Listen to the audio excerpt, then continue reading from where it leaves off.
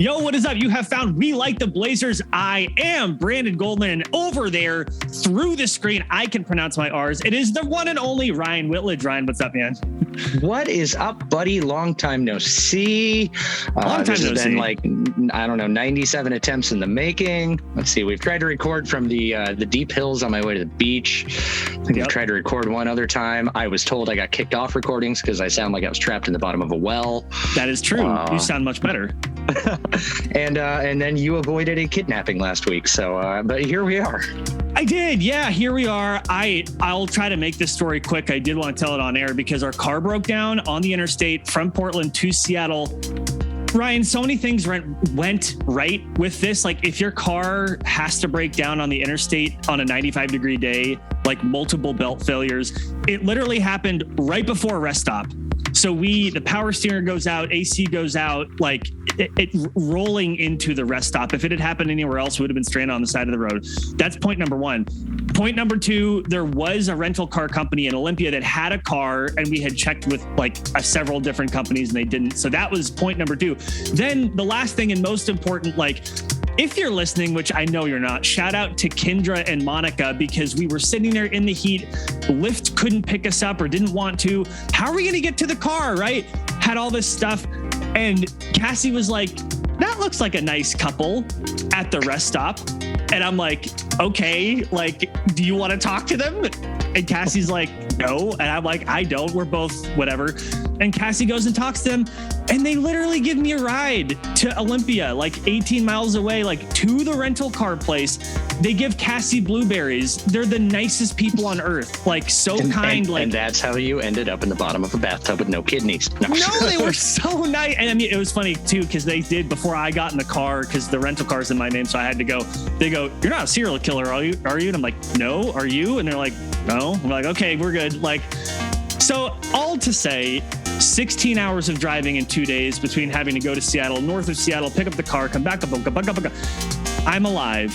I'm here. I'm ready to talk Blazers. What's new with you? Isn't it funny how times have changed since we were kids? Like we grew up and it was don't get in cars with people you don't know. And then when the internet came about, never meet strangers from the internet and never invite random people from the internet over to your house.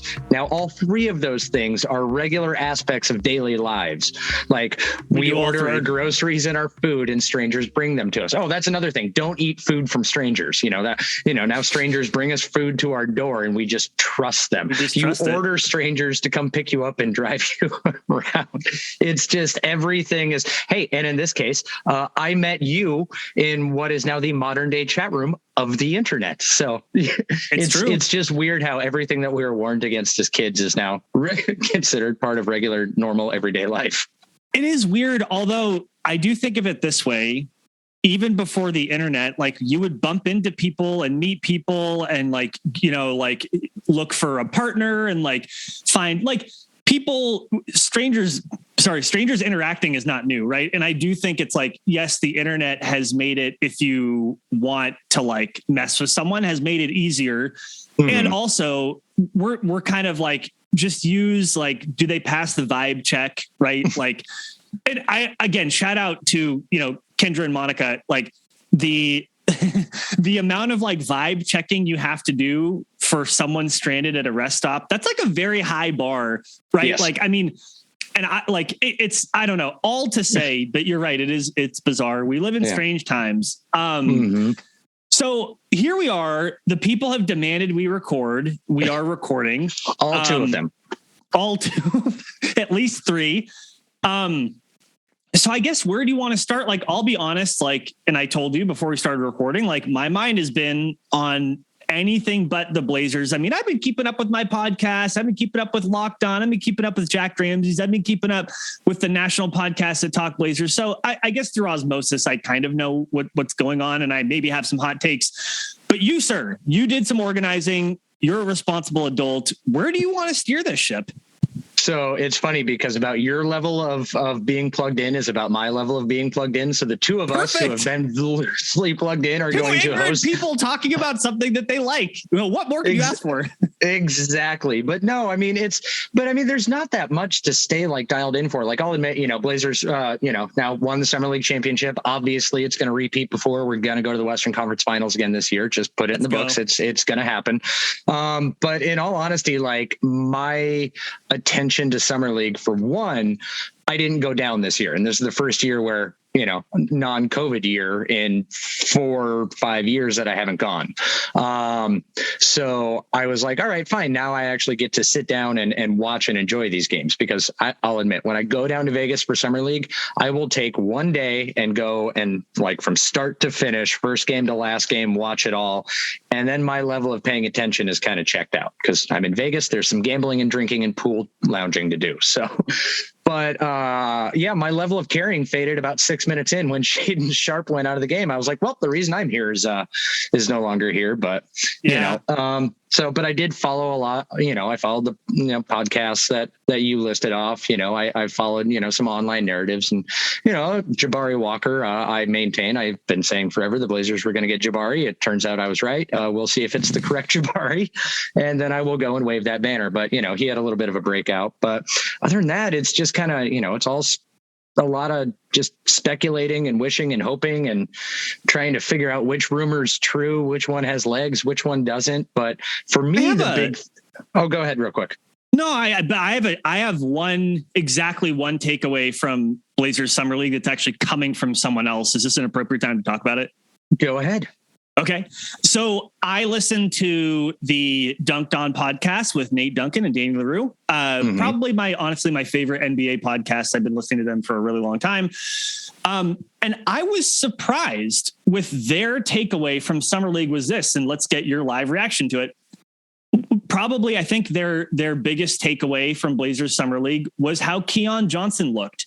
And that he was, of all of the players they saw, and by the way, these two guys, whether you agree with them or not, they do a lot of like film work. They do this for a living. This is their full-time job. They take it seriously. And I'm pretty sure that Nate said of every player at Summer League that Keon Johnson exceeded his expectations the most. And that he, to him, looks like a player who could actually contribute at the NBA level, which is, I don't think, what anyone, certainly not what the Clippers thought of him when they traded him to Portland, right? Like, I mean, so Keon Johnson potentially maybe being a workable NBA player would be a big deal for this Blazers team. So do you have an opinion about that? Do you have a hot take about Keon Johnson? Is he the next Kobe Bryant? Is he the next? No, I will shoot that down right now. Okay. I laugh constantly at the take of that. He's that player X can be a contributor on the NBA level. Okay, great. Because towel wavers on the end of the bench are also contributors at an NBA level. There's only 15 people. There's only 15 people per roster. But is he somebody? One that, if need be, can step into the game and give you some spot minutes or fill in for a rest night or a possible injury night to anybody who would play a backup point guard role? Yes. Is he going to challenge anybody on this roster for a starter spot? No. Does his upward progression that he showed in Summer League, if he can maintain that in whatever, minutes he gets in preseason games or, near the beginning of the season, does he now suddenly become a valuable trade asset? Yes. So, I mean, those are all upward things, but like contributor on an NBA team, yes. Major contributor for this Trailblazers team? No, as far as on-court production. But I think that you said something that's important. So this dude is really young. He's 19, 20 years old. You're at the bottom of a well again. Well, I'm just saying, he's young. So that's okay. Mic to your mouth there, bud. There we go. You're wandering, tap, Mike. tap? Do you hear the tap? We hear the tap. Professional podcaster here who has to relearn how to hold his microphone because he doesn't have a mic stand. Look, I don't know if I've said on the pod. I broke it on Twitter. We're moving to New Zealand for a year. Maybe I did say it on the pod. I can't remember. And we're having to get rid of stuff. I had to get rid of the thing that was next to my desk and it was holding my mic. So yes, now I have to hold it. It's very awkward. I hate it. But Keon Johnson, really quick. He's 19. He's really young, right? He's also, he's not 6'2", he's not 6'3", he's like 6'5", 6'6". He's got some size. So if you have a really young guard who was, picked relatively high in the first round, again, by the Clippers, part of the Norm Powell and Robert Covington trade last year, to 6'4", by the way. I believe he is taller than that. I just looked it up. I am looking. Where are you looking? I'm looking on Basketball Reference. Where are you looking? I just went Google. Why don't you? I can't, because now I have to hold the stupid mic and I can't, dude, I know it's so annoying because I would look at his combine stats, whatever. He's a little bit bigger. Basketball Reference has him at 6'5". So we'll go. He's 6'4" out of shoes. He's anyways a medium to larger sized guard. So that's important. And to your point, even if he's not a starting level contributor for the Blazers, which is not what anyone was thinking, the fact is that the Blazers need as much depth as they can get. And yeah, it would be great if he could show enough and contribute enough on a good team to be part of a trade package this upcoming season or next year.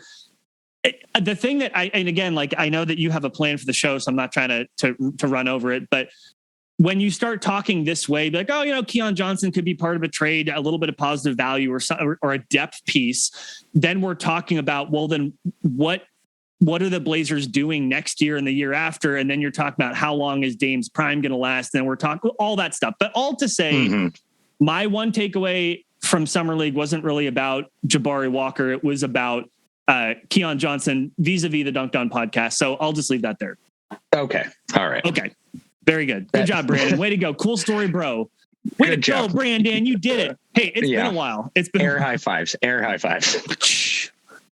Okay, all right. So you're driving the ship. I'm just going to interject like a jerk whenever I feel like it. So, with us loosely having kept up on things, we're not diving into the minutia of here's our minutes breakdown of how we think this is going to go. There, as all the podcasts you listed off earlier are the much smarter people to be able to give you that. But if there's one thing that you and I both excel at, it's disseminating and having opinions on random internet takes.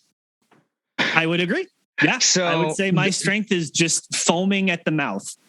That's my strength. This is my my perfunctory internet positions segment here, where I'm going to take a few of the. Look at you, Mr. Thesaurus. Jeez. Where I'm going to take five takes that I've seen over the while, and I want to find out if you agree with the take, if you buy it, or if you disagree with the take and you sell it, and your reason why. And then I obviously have my rebuttals for each of these, but just this quick little thing. And I think this encompasses most of the important things that people are concerned about or talking about in regards to the Blazers and this upcoming season. Hold on. This sounds like a new segment. Do you have a name for this segment? Is this Ryan's I did. Hot Five? I texted it to you, but what is it? Do not. I do not have my phone on me at the moment, so you gotta look it up. What did I text to you? You texted me. Blah blah blah blah. I'm pulling together. Should be in quotes. Presumption Junction. There we go. Presumption Junction. We'll go with that. Presumption Junction. What's your function? The exact thing I was going for. And then asking Brandon. Yeah, I don't know. We'll work on it. It was either that or narrative nastiness, but I like Presumption Junction better. Presumption Junction or Ryan's Hot Five, however you want to dip into this. Oh, I like it. That sounds like every radio show ever. The Hot Five at 5, or the 5 that's what I was thinking. It was like Ryan's Hot Five, and then you have all the sound effects. Like, pew! Yeah, that's just more work for you, sound guy. Not if you take the time to make the, I don't know, what do you call them in the radio business? Like audio, I don't know what you call them, but those little hits. Once you've made it, you can just hit play and use it again. It's actually not that much work. But okay, Presumption Junction. What is your function? Where are you going with this? I love it. I'm on board. I'm on board. First one that I want to know if you're buying or selling is that Dame probably won't return to his pre-injury level of play.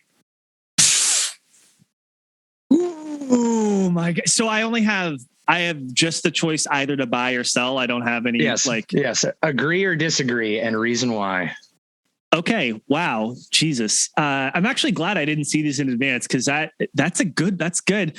And honestly, is probably the most important question, not only for next year, but for the Blazers moving forward. If you're a fan of the franchise and want to see them succeed, I'm going to disagree. And here's why. I have found Damian Lillard to be a man of honor and an honest person, also an extraordinarily hard worker, also one of the most durable players over his career, even with, I would say even with last year, if you just add up the number of years, number of games. So with all of that being said, when Damian Lillard says, I have been hampered by this specific injury for years, I couldn't move, I blah, blah, blah. And now I feel better beyond the point that I thought was possible. I think he had some comments like a month after the surgery. He's like, oh yeah, I'm better. This is great. And then like a month later, he's like, holy shit, I'm like even better. Like what's going, like that he has been surprised by how good he feels. I will say that so I will disagree with your premise, because the premise was that he will not return to pre-injury forms. I think he will have a prime Damian Lillard season next year. Now, part of that is optimism, but so that's my take. I got more to say about that, but yeah, where do you land on it? For me, it's that the concern of that Dame returning to a pre-injury form is that in order for you to want that, you have to go back 6 years in his career, because it's now been well documented by Dame himself, when he was talking about, going home and his abdomen's so swollen up that he's got this knot right at his belt line, that Dame hasn't been a healthy player for the last 4 to 5 seasons. And he's been playing with this injury. And in all, no. And in all of these seasons, this is a trick question. Bullshit. Come on, man. But in all of these seasons, he has finished in top 10 in MVP voting. He's got a couple, top 6 finishes in there as well. So like the return to pre-injury level of play is that I think is just a nonsense worry, because of the fact that he's been playing injured while we've been appreciating him having these great seasons and this great elevated level of play that has earned him a top 75 player honor, and he's finally got the issue corrected. So I think this is the first time in, most of his career here that we're going to see him play injury free. And if we want to appreciate how Damian Lillard has played over the past 4 or 5 seasons and appreciate the greatness that he has brought, you can only be excited and obviously think that he is going to return at an elevated level of play from what he's had over the past couple of years. Yes, there are trick questions in here, Bob. You see the face I'm making right now? That's such okay. You got me. But here's the deal. Okay, let me be clear.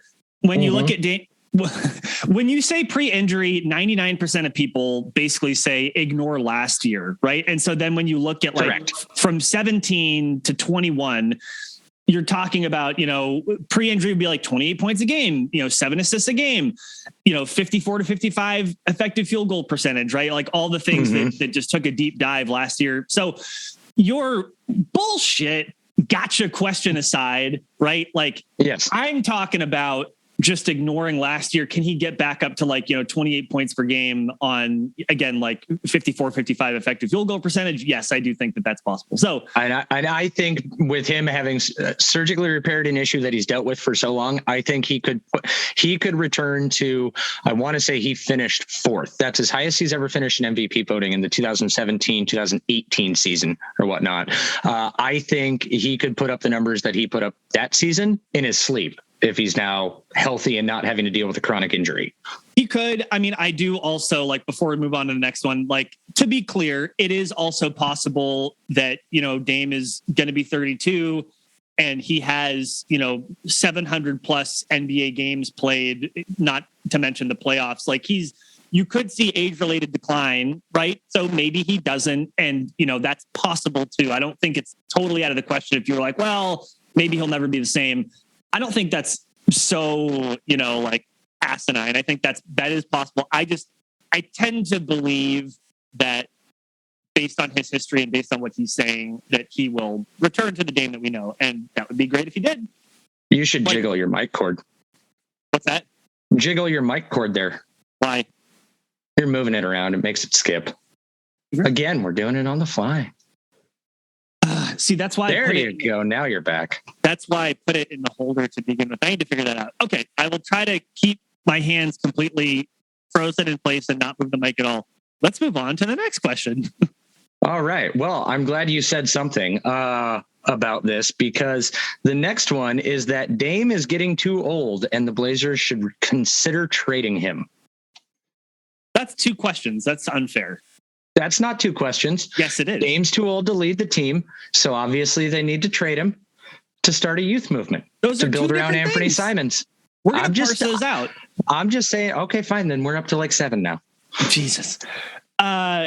So compound questions. All right. Again, like I think the first part, that Dame is too old, folds into the first answer. And I tend to believe that he's not. So I don't think he's too old. The second part, I have a different answer for, because I'm one of those people who is a soft-hearted, nostalgic person, and I would like to see Damian Lillard retire in Portland. I think that matters more to the franchise than a plus 10% chance of maybe making the Western Conference Finals, and then maybe making the finals, and then maybe winning a championship. Look, if you ran the simulation 1,000 times for next season, how many of them end in the Portland Trailblazers hanging the banner? Not many.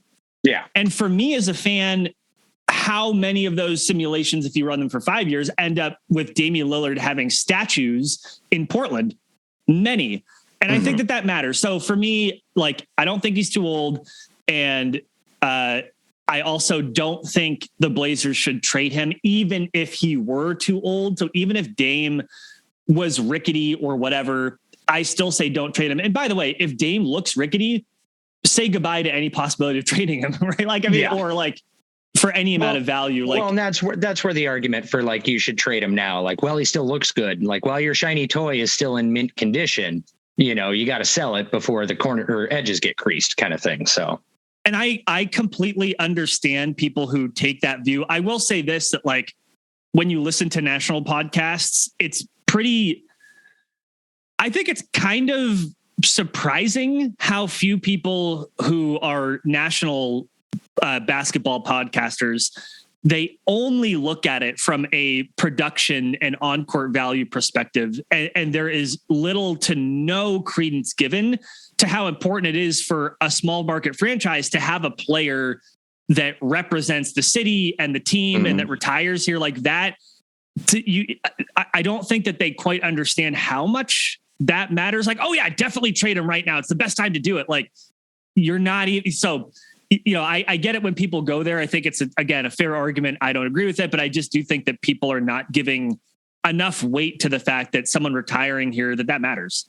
Yeah, it for me, it's, you know, I don't buy it, because it's, I've always found it weird that in the same breath, it's that Dame is getting too old and you need to trade him, and then immediately turning around and heaping praise on Steph Curry, who's 2 years older than Dame and has a documented bigger injury history.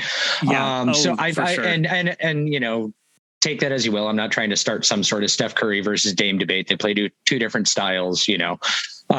Curry definitely runs around and is a lot more active than Dame, you know, off ball stuff, but whatever. But it's Curry also has had an infinitely better team around him for fucking ever. Correct. And so, I've just, it's always failed me of that, you know, he's getting too old. And I think sports medicine these days, like in the olden days, yeah. I mean, like, you go back to like late 90s, hell, even early 2000s, like, yeah, you could make legitimate arguments for like, okay, this player's getting up there, yada, yada, yada. But, you know, you have today where like LeBron James has $1 million, you know, hyperbaric chamber in his freaking home and all this kind of stuff. Athletes are taking care of their bodies on their own with their, you know, own money a hell of a lot more to prolong their careers than they used to. So, and yeah, I think that goes a long way towards player longevity. The other thing for me about like the trade it for a youth movement, I think this kind of comes from the, you know, everybody demanding like immediate or gratification in today's day and age of that. Like, if you don't do something in like 2 to 3 years, it's considered a failure and you need to immediately pivot. And so, you know, the Blazers, they're going on damn near a decade of things with Dame. So it just seems like they're running out of dinosaur now. Like, why haven't they gone the Oklahoma City route? Why haven't they gotten a bevy of picks? Why aren't they trying to turn this around right now, as opposed to trying to do what they can, you know, under the old regime, questionably, well, TBD on Cronin, to build the best team that they can around Dame. So That's my take. One other thing that comes into play is hold on, really quick. No. I've tried to interject and you've shut me down twice now. I got one last thing. And does then everyone see this? Do you see the way that he treats me? I'm just kidding. Don't worry, I treat my wife the same. I don't let her get a word in edgewise. But no, the other thing that people want to say about like why you need to trade him is because you're paying him way too much money. And, he just signed the contract extension. And I think a lot of people don't take into account exactly how much the cap is going to go up. Like we just look at the fact that Dame is eventually going to be making $60 million and thinking about it in the context of like the cap is currently like 120, like you're going to give a guy half your stuff. Those TV numbers by the end of Dame's deal, and it kind of goes for everybody else's deal per se, it's expected to be like $160 million cap. So it's all relative. Lock these guys in now when the contracts are considered high, and they'll be considered cheap later. To be clear, Dame's, I believe his maximum extension is a percentage of the cap. And so it's not a hard number. So 35%. Yes, it is adjustable. So no offense, but the point you just made is completely moot because he's going to get paid more if the cap goes up. So it's still a percentage of the cap. But it'll always be 35%. Right. So okay. But so first of all, you're wrong because of that. Second of all, what I wanted to say about like the human physiology part, and technology is better. And I think that people know more about diet and health and sleep and training and the ways that they get treatment and surgeries has all improved. And also people age and they will just age. There are plenty of players whose names we, have forgotten or have never known because they got hurt, whose careers have been affected. We don't know when it's going to happen. We don't know when it's going to happen for Dame. We know there's some players like Steph Curry who continue to have long primes, Chris Paul. We also know there are players like Darren Williams, like Baron Davis, like name the player who just ends up, they eventually just fall off a cliff and we just don't know. Mm-hmm. So but again, my point to your question was like, is he too old and should the Blazers trade him? A, I don't think he's too old. B, they shouldn't trade him even if he is because he matters too much to the team. Okay. So the next one is one that I know is near and dear to your heart, Mr. Brandon Goldner. Okay. And this is that the Blazers need more tall people because they can't rely on Yusuf Nurkic to stay healthy. They can't rely on him even when he is healthy. They do need, they need more tall people. So you're buying this one. It's not just because of Nurk though, to be fair. It's like, look at their depth chart. They have Nurkic, then they have some dude from Oregon State University, thanks Drew Eubanks, love you, but geez. Then they have, someone they signed on a training camp deal. And then I don't know who they have. They need more tall people. So they need more tall people. Separately from that, I'm not a big Yusuf Nurkic fan. Whatever. He's probably a fabulous human being. I just don't like him as a basketball player. I don't think you can rely on him for anything. He fits firmly into the category for me of that. It's an overpay on his contract right now. But again, when the new TV money kicks in, I think like his kind of deal is, and it's hard for us sports fans who remember the good old days where like a team friendly deal was like $4 million a year. And so now we're looking at these numbers and it's going to be, $15 million is now going to start being considered a team friendly deal.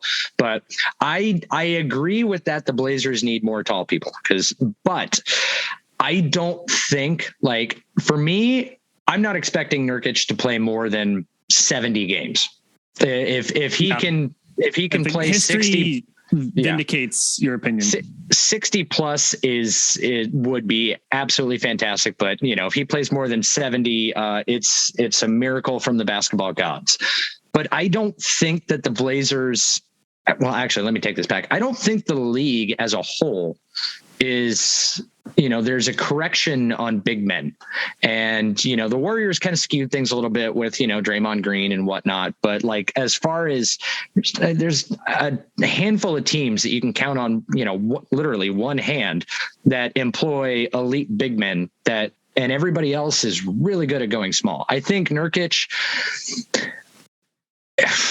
his minutes will be limited because I think the Blazers are going to lean into a small ball, athletic, style of play a lot more. And I think they've got guys that can, I don't know, they're shorter, but they can spell him. But as far as that, do they need more tall people? Yes, I buy that, because it never hurts to have more. And we've coming out of a regime that believed in nothing but 6'3" players.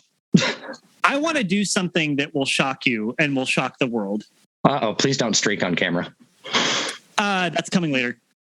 I want to present an optimistic case for Jusuf Nurkic next year. Holy shit. I know. Is this the good place? That's a great show, by the way. I love that show.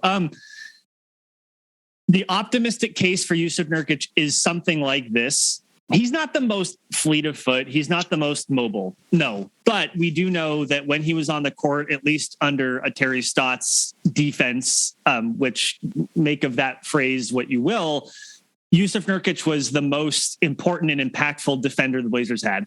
What I think part of what happened in the Denver series, where Nurkic completely lost his focus, his concentration, his discipline, time and time and time again in the most critical moments possible, fouling out of multiple games, rewatching the film and seeing those fouls being bad, silly, take fouls, frustration. This was not him playing hard. It was like he was mentally, he could not stay focused and disciplined.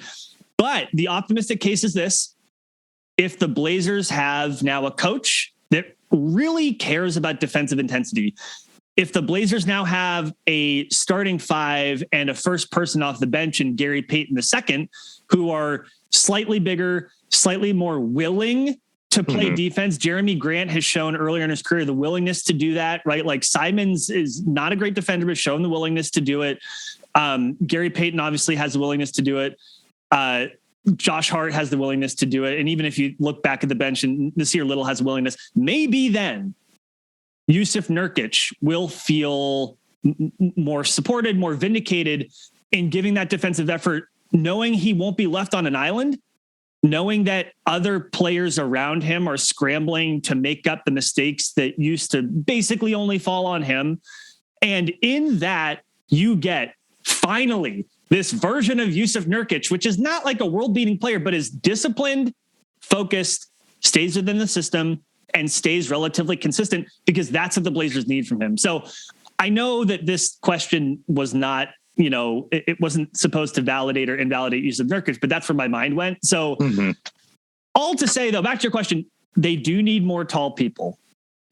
Thank you, Mike. We're on the Mike Richmond train for that. More tall people. They do need more tall people. And there are tall people to be had. It's funny. I saw some people online who were like, why haven't they signed DeMarcus Cousins or Dwight Howard? And it's like, well, neither have the other 29 NBA teams. And there's probably a reason for that. Right. So just hold your horses on that. But yeah, anyway, yeah. And the better, you touched on it too. Nurk is, he's no longer the most important person on the Blazers defense. And ideally correct. Yes. Not, and it's now looking like he is not going to be responsible for cleaning up 4 other people's messes, because you do have other capable people on the floor. But here's really quick, and I guess I do love defending Terry Stotts. Terry Stotts' defense. In Terry Stotts' defense, that worked pretty well. For players, whether you want to say he didn't motivate them or didn't ask them to work, okay, whatever, or they just didn't have the horses to run. If Nurkic had accepted that role, and he kind of did most of the time, but I'm just thinking that Denver series is so hard to get out of my head. If he had just accepted that's what was happening and all right, I gotta be smart. I gotta lock in. I gotta stay on the court. Blazers would have won the series. Yeah. They would have won the double overtime game. They would have won the series. if not for that. And like, again, that's why I like, it's not all his fault, but yeah. And a lot of that, frustration or whatnot, like he was the starter in Denver until Jokic came in and took the job away from him and became the golden child. So there's, there was probably he only became a 2-time MVP. Oh, darn. Yeah, well, exactly. And so, competitive nature of athletes, being what it is, there's probably always some voice in the back of Nurkic's head that's like, I'm better than this guy. And then when it's easily being proven on the court that he's not, getting frustrated that why can't I do this? I should be able to. No, you can't. There's like one person probably in the league that can handle Jokic. And it was, the guy who came in second for MVP voting last year. And look, what is like, if you look at NBA players, what is something that literally all successful NBA players have? All of them. Money. Actually, no, most of them. It's confidence. Yeah. And that unshakable confidence in yourself. That is of every good NBA player. Like it's this extremely high level of discipline that people like me can't understand. And it's hard. And like, I don't blame, if I were talking to UC right now, little UC Nurky, I would just say to him, as much as I criticize you, little UC Nurky, for your inconsistency, if you put my brain in your body, I would do worse. I don't have the discipline. I don't have the confidence. Like it's a very difficult job, but that is the tie that binds all NBA players, and that's his job. And you have to figure out a way to like, I got to leave my ego out of this and just be consistent and be disciplined. You have to. So anyway. Yeah. Okay. So to let you know, as we've gone on and some talking points have come up, I've added 2 more to this. So this little UC Nurky. God, no. And I would just, if he ever fucking listens to this, I would like you to know that Brandon Goldner uttered those words, and those did not come out of Ryan Whitledge's mouth. I don't know where that came from. Nor do I, and I will never. It's fine. It'll just stay. You saying that is like me saying tickle trunk to you. No. That's worse. Come on, man. Okay. What's your next one? All right. Ant and Dame is the exact same as CJ and Dame. No, period. It's not the same. There's a lot more agreement in this between me and you than I thought there'd be, but.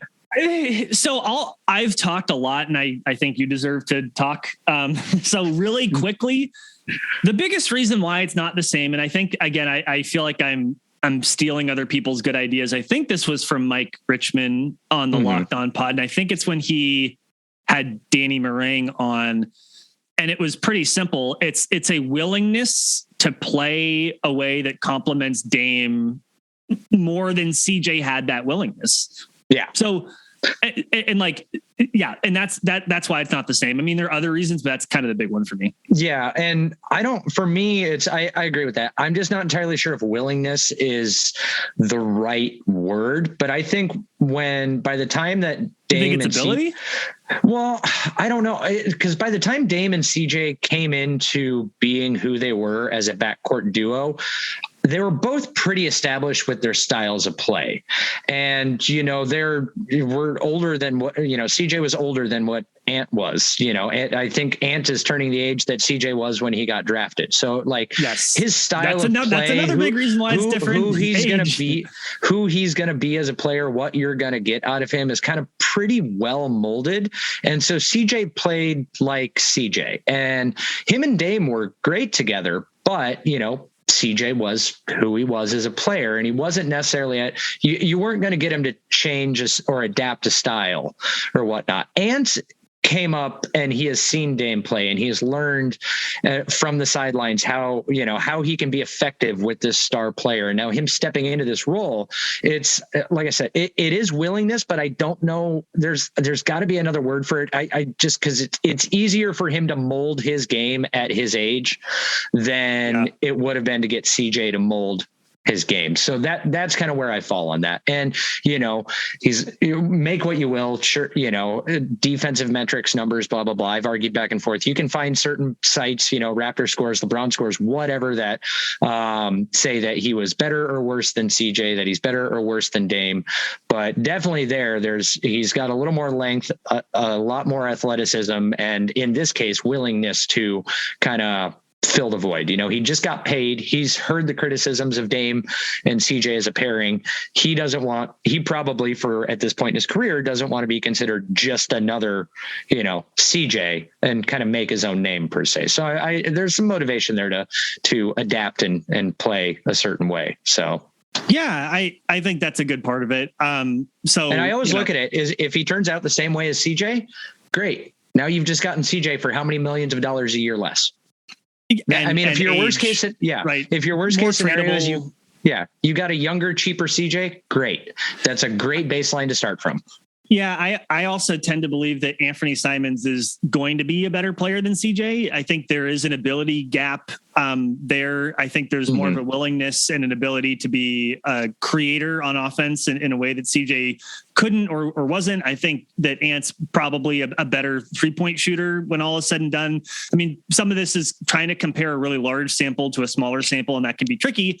But yeah, so I do think it's fit or willingness, age, I think ability. And then I think what you were talking about too, like that, where he is in his career and his, like, your formative years as a basketball player, what are you molded towards?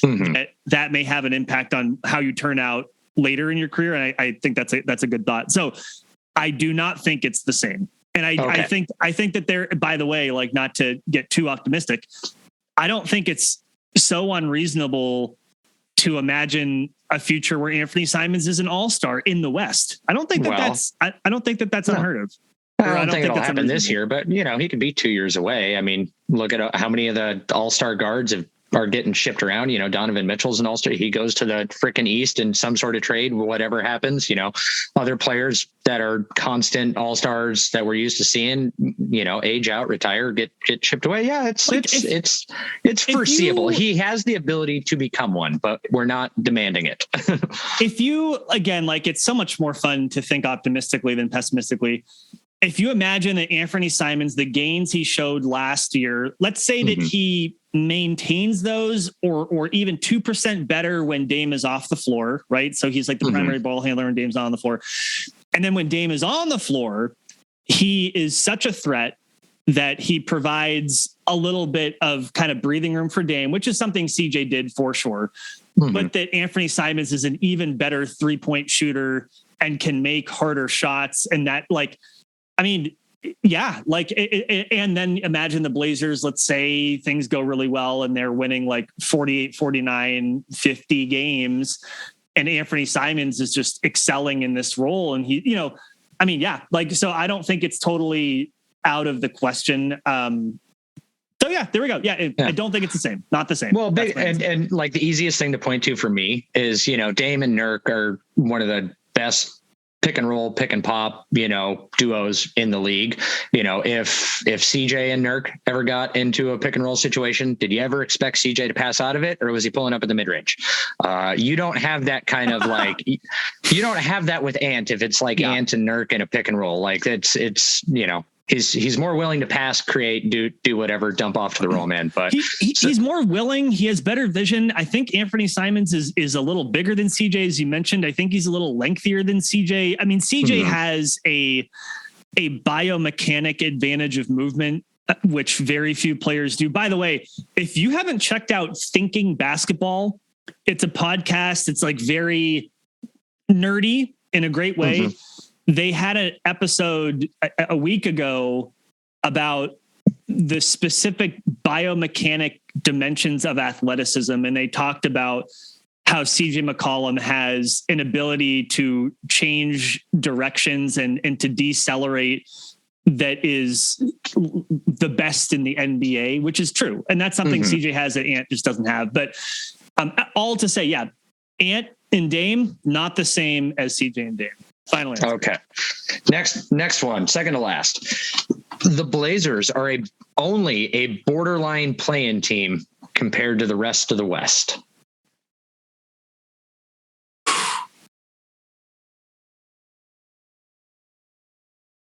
The thing that is, you're making me think, the thing that is giving me pause is the word borderline. So, but you said I have to give a hard answer. So my answer is no. So borderline in this is that they'll be fighting for that 9-10 spot. No. And again, I'll short answer to kick back to you quickly. They are probably, as much as this is really annoying, probably more likely that they're closer to the play-in than the top 3. So that's, I was like, I think it's more likely that they would end up in the play-in than they would like a top 3, maybe even a top 4. I think it's more likely that, but I don't think they'll be fighting to get into the play-in. I don't think that's going to happen. So what are your thoughts about it? For me, it's weird because if you do the exercise of going down, all the teams in the West and whatnot, the West is really good. The West is really good, but the West has so many fucking questions on, things can go either way. Like, how's this Donovan Mitchell thing going to work out in Utah? Are they going to punt? Or the Spurs appear to be in full freaking tank mode. You have OKC in full tank mode. What the hell are the vibes like in Phoenix? Is that going to implode? I mean, the Blazers are a perfect example of that. When you don't have good vibes, there's not, this extended Monty Williams. That kind of clarifies the leadership there. Yeah. And so but still if that implodes and, DeAndre Ayton, it's, he just took the money and it doesn't end up working. Chris Paul has proven that, he's a great player, but it's not necessarily the friendliest teammate to play with per se, I think is the rumor out there. So it's weird because I consider and go, Phoenix is better. This team's better. Do I think Dallas on paper is better, but Christian Wood isn't as big of an upgrade as I necessarily think a lot of people think he is. And I don't know if Dallas is better. I think Luka is like a supernova. I think he's going to step into an MVP year this year, and it may not matter that Dallas is he going to care? Is he going to be in shape? Because right now the rumors are that he's not necessarily in shape. So wait, where have you heard that? The rumor is the opposite. He's in shape. Oh, well, if round is a shape, then yes. Round is a shape. But anyway, so it's weird because I think this team does have potential to end up in a top 5. And I struggle to see a world in which a team led by Damian Lillard, and there's not catastrophic injuries up and down the roster, is not easily a bona fide top 8 team.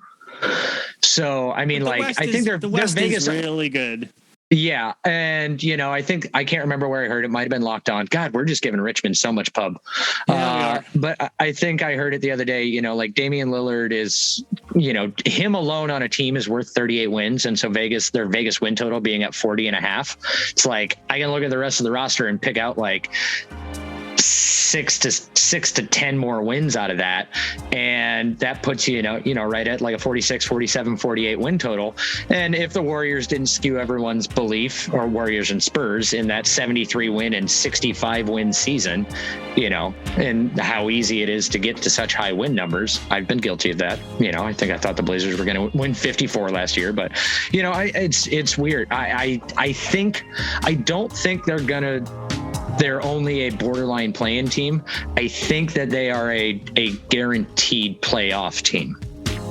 Here's the only twist to this is the Blazers are not particularly deep as currently constructed.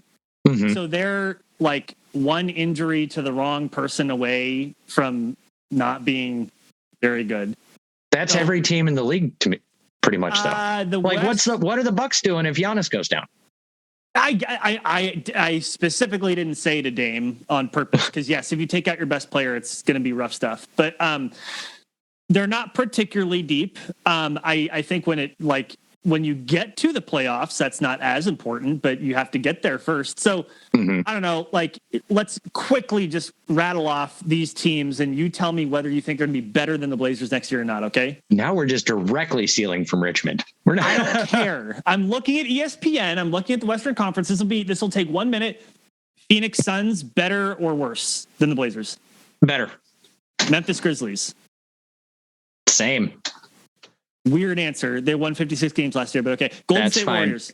How's Jaren Jackson Jr. going to do? He's probably not going to play. So okay. I'm putting them same. Fine. Golden State Warriors. Better. Dallas Mavericks. Worse. Utah Jazz. Worse. Denver Nuggets. Better. Minnesota Timberwolves. contrary to popular belief, they got to prove it. So until they do, worse. They won 46 games last year. Don't care. As somebody Anthony who Edwards is going to be a year better. I lived in Minnesota for very many years of my life. Here's how much I know of Minnesota sports. I would put as much faith in any franchise in Minnesota as me living here would put in the Mariners to win the World Series. So Anthony Edwards. I don't really believe in Cat. Go Bears. Great. I believe in Anthony Edwards. So whatever. Okay, great. They're dueling centers thing, TBD on that. But for me, I'm saying worse. So we got 3 teams better right now. New Orleans Pelicans. Worse. They're actually no. Zion. They're going to have CJ for no. Fine. Same. I'm putting them as same. They're in that same Memphis category. God, what Kool-Aid are you? Los Angeles Clippers. Better. San Antonio Spurs. Are in the toilet, so worse. And now we're kind of whatever. Los Angeles Lakers. Is Russell Westbrook still on this roster? Okay, fine. Worse. Sacramento Kings. Worse. Oklahoma City Thunder. Worse. Houston Rockets. Worse. I think you had a couple. We're done. I think we. Great. I got the Blazers at 5th.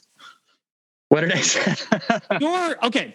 I don't think the Blazers ending at 5th is outside the realm of possibility. That might even be like a optimistic median, right? Like not optimistic at the top of the optimism, but like in the middle, It's like an optimistic middle.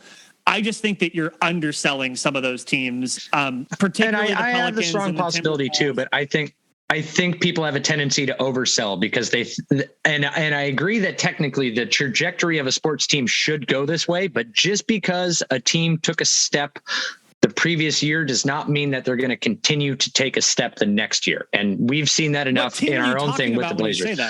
I'm eyeballing Memphis and in that one. But they won 56 games, so even if they step back, they're still good. Okay, great. I put them in the category. Them and the Pelicans are in the same boat as the Blazers. I'm lumping those 3 teams together. If you ask me to go through that, the Blazers would probably end up at like 8th or 9th, which I think is like a pretty reasonable. I don't think. Okay, neither one of us is like right or wrong, except I'm right. But like, no, he's not. I'm kidding. Okay, so there we go. No, what is your last? What was it? You touched on this earlier. There was a great segue earlier, but this is the last one, right, and this goes to Cronin has not proven he is better at roster building than Neil Olshey. I agree with that. In your words, Joe Cronin, the same as Neil Olshey. You heard it here first. No, it's not what I said. I am carefully listening to the way you phrase these questions, and I'm being very mindful that I'm glad I answering. Just haphazardly typed them out in notes form. Then I would have picked better verbiage. I think it's always important that we be very precise with our words. I should never talk like that again. What you said was that Cronin has proven that he's better than Neil Olshey, and I don't proven. Yes, it's been like 1 second. What I would say is that Cronin has proven that he is a fundamentally different GM than Neil Olshey. He has actually already proven that, which I believe is good. And I believe if you extrapolate that, I believe it will demonstrate eventually that he's better, but he hasn't proven it yet. So that's why I'm answering the way I'm answering. I have the exact same thought as you. He has not proven it. Terry, if you're listening to this, God bless your soul. You keep tweeting at me asking if it's okay to judge the Blazers yet, and I keep telling him he has to wait till the end of August. But I think you can judge. Yeah, you can. It's safe to judge now, but I will never admit that. I said till the end of August. I'm legally obligated to keep reminding him of that until it's the end of August. So that's fine. I think sorry. Yeah. So no, he hasn't proven he's better at roster building, but to me, he's proven that, like you said, he goes about it differently. I've always maintained you never heard about a lot of things that the Blazers were trying to do or whatnot, or moves that they were attempting to make or players that they were interested in under Olshey. And that was an ego thing, because if the Blazers were ever linked to big names and it didn't work out, it would be deemed as a failure on Olshey's part. And how many big names were the Blazers linked to from pre-draft all up until the start of free agency? that we heard about. Yeah. We heard about, there was some operating in a public sphere. There were agent pushes to try to get players moved around. Those are things that never would have happened under the Olshey regime because he was afraid of being viewed as a failure. So he's different, and I'm optimistic about this difference. I agree with you. I also would say that part of the information not flowing very much under Olshey wasn't just him being afraid of being wrong. It was a control issue thing where I think Olshey, by like every anecdotal account of people who worked with him, really liked, enjoyed, relished, reveled in being in control. And Cronin does not seem to care as much or maybe at all about that. As a leader, you have to care a little bit about channels of communication. I mean, you understand, you're a leader, the certain things when they need, for example, something needs to get to staff, you need to be mindful about how it gets there and when and sequence. Like, I totally get that part, but Olshey, there seemed to be a part of Olshey is like, I want to be the one through which everything rolls. And Cronin's much more like, I just want a better end result. So hasn't proven it, is different. I am optimistic. That's my answer. All right. Pause for a moment. We'll come back and close because one of my neighbors is apparently knocking on my door and doesn't respect I'm trying to podcast. I knew I should have put a sock on the door. I will be right back. Go. Okay.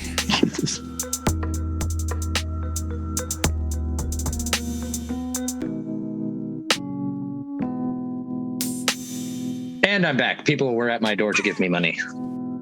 That's great. Wish someone come to my door and give me money. That'd be great. Yeah. No, it's fantastic. People just keep showing up at my house and they're like, this for offer up. And I'm like, okay, I think this again, strangers on the internet coming to your house. Exactly. My wife didn't even inform me of it. So I'm probably selling shit I shouldn't sell, but that's her fault. She left me in charge. This is what happens when you leave the monkeys alone in the zoo. That's right. Yeah. So no, I agree with all that stuff on the Cronin front. It's weird. The one reason that I do keep that I was yelling at people, well, not yelling, but like how I mentioned Terry earlier, telling people to wait until the end of August is because you didn't know what machinations were, and I'm not gonna keep trying to kick the can down the road because now I could say, do the Blazers have a lot of tradable players? So do I expect the roster as is right now to be the exact same one the day after the trade deadline? God, no, but at least, and again, this is another difference, is that the organization is willing to admit it. You have Cronin and people coming out saying we're not as good as we need to be. Right. So, and that's creepy. My light is flickering over there. If I die, I love you all. No. The organization is not as good as it needs to be. They're willing to admit it. They're not trying to sell us by this statistical analysis with Al-Farouq Aminu playing the starting forward position. We project to win this many games, none of that crap. So I appreciate the honesty. I appreciate that they're trying to make this work. And, the biggest thing that I think fans should care about is that the organization now, regardless of how you feel about Jody or whatnot, for the time being, feels like they're attempting to take a swing on things and stuff. Yeah, I agree with that. And by the way, like, again, not to continue plugging the Dunked On podcast, but I found it interesting that like a lot of people whose opinion I value pretty highly has said, and I've pushed on this with several different people, but like that the trade to the Clippers was just bad for the Blazers, that, Norm Powell and Robert Covington, that trade was bad.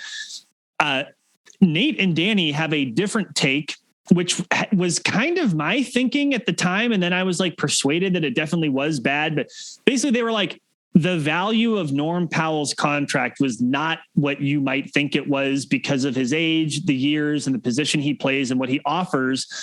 That because of that, the Blazers didn't have many options for that specific trade. Therefore, the trade maybe wasn't as bad as you would think. But again, I think the consensus, at least in Blazers land, is that was a bad trade. But all to say that I tend to agree with you. At a bare minimum, he's doing something different. And I hope that time will tell that it's better. So that's my hope. Yeah. The perspective on that Norm deal too is, it's everybody's individual perception.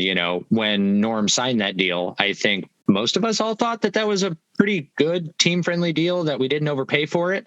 So to then hear outside of the, our Blazers bubble, that contract was a little bloated and overvalued. It's a hard pill to swallow because we all just celebrated how great of a contract it was 4 months earlier. Yeah. And I tend to think, this is the weird twist. I think that for the Blazers at the time, given the assumptions of team building, which in that time was, we're not trading CJ. I think given those things, and given that you turned, Gary Trent Jr. into Norm Powell, who had championship experience and blah, blah, blah. I think that the deal was good for the Blazers at the time. I don't think I thought of it as much at the time as like, how many other teams need a player like him if he's properly paid through his prime. I think it runs that contract until he's maybe 33. So at any rate, plus the landscape of the NBA changes, and it really does boil down to which team needed a mature,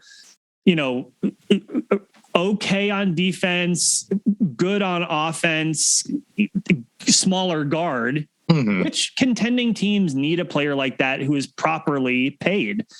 So anyway, and it's hard to speculate. We don't know, but to your point, we'll go through all this again when the Blazers trade Josh Hart at the trade deadline, and everyone is mad because he's another one of those Norm type players where a bunch of teams could probably use him. Yeah.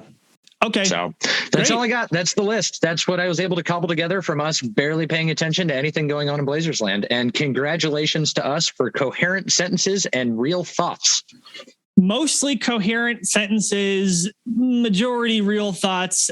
This was a great episode, and I appreciate that you put the work in to make it organized. We will be back at some point in the not too distant future. I'm not exactly sure when. We make no promises. We make no life is happening, man. Again, like it's like New Zealand is going to happen next month. Yeah. The marriage is going to happen next month. Do you want to record live from the altar? No. Oh my God. Yeah, you can live stream it.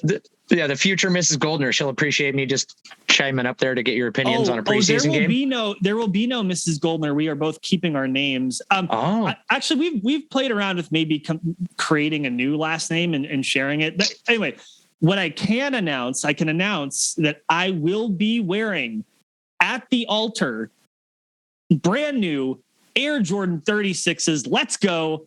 Did I overpay for them? Perhaps. Do they look awesome? Yes. Have I ever owned a pair of Jordans? I now understand the price of the PS5. Okay. No. Yeah. Well, hey, you compare, my suit from Indochino, so pretty reasonable. Okay. So, I think if you combine my suit and shoes with whatever Cassie's going to end up paying for her dress, let's not even talk about it. But if you want to reach out to us, you always can do that at WeLikeTheBlazers.com. You can also find me at GoldnerPDX, him at The Witty Ryan. Our account is at Like the Blazers. Do you have anything else? I just kind of launched into the end. No, I got nothing. I got nothing else. Ryan, I appreciate you. Thanks for making the time. Sorry about all the changes, but thanks for being flexible. Until next time, we appreciate you. Thank you, and go Blazers. Go Blazers.